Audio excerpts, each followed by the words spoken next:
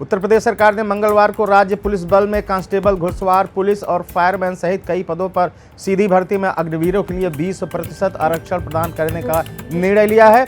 राज्य के वित्त मंत्री सुरेश कुमार खन्ना ने यह जानकारी दी है। मुख्यमंत्री योगी आदित्यनाथ की अध्यक्षता में हुई मंत्रिपरिषद की बैठक में इस संबंध में निर्णय लिया गया। मंत्रिपरिषद की बैठक के बाद संवाददाताओं से बातचीत में वित्त मंत्री सुरेश खन्ना ने कहा कि इस कदम का उद्देश्य अग्निपथ योजना के तहत अपना 4 साल का कार्यकाल पूरा करने वाले पूर्व अग्निवीरों को सार्थक सेवा के बाद अवसर प्रदान करना है। उन्होंने कहा कि यह एक महत्वपूर्ण निर्णय है। आरक्षण सभी श्रेणियों सामान्य SC, ST और OBC पर लागू होगा। अगर कोई अग्निवीर SC श्रेणी संबंधित है तो आरक्षण SC के भीतर लागू होगा, अगर OBC है तो OBC के भीतर। खन्ना ने कहा कि इन पदों के लिए आवेदन करने वाले अग्निवीरों को 3 साल तक की विशेष आयु सीमा भी छूट प्रदान की जाएगी।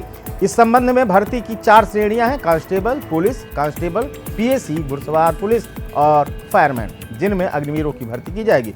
उन्होंने कहा कि इस प्रणाली के तहत भर्ती का पहला बैच 2026 में आएगा। खन्ना ने कहा कि कई राज्यों और केंद्रीय बलों ने अग्निवीरों को आरक्षण देने के लिए पहल की है। CISF, BSF और हरियाणा तथा ओडिशा जैसे राज्यों ने पूर्व अग्निवीरों को 10% आरक्षण की पेशकश की है। उत्तर प्रदेश मंत्रिमंडल ने अब 20% आरक्षण को मंजूरी दी है, जो एक साहसिक और उदार पहल है। उन्होंने कहा यह न केवल उनकी यानी कि अग्निवीरों की सेवा को मान्यता देता है, बल्कि यह सुनिश्चित करता है कि वह अपने सैन्य कार्यकाल के बाद देश के सुरक्षा ढांचे में योगदान देना जारी रख सकें।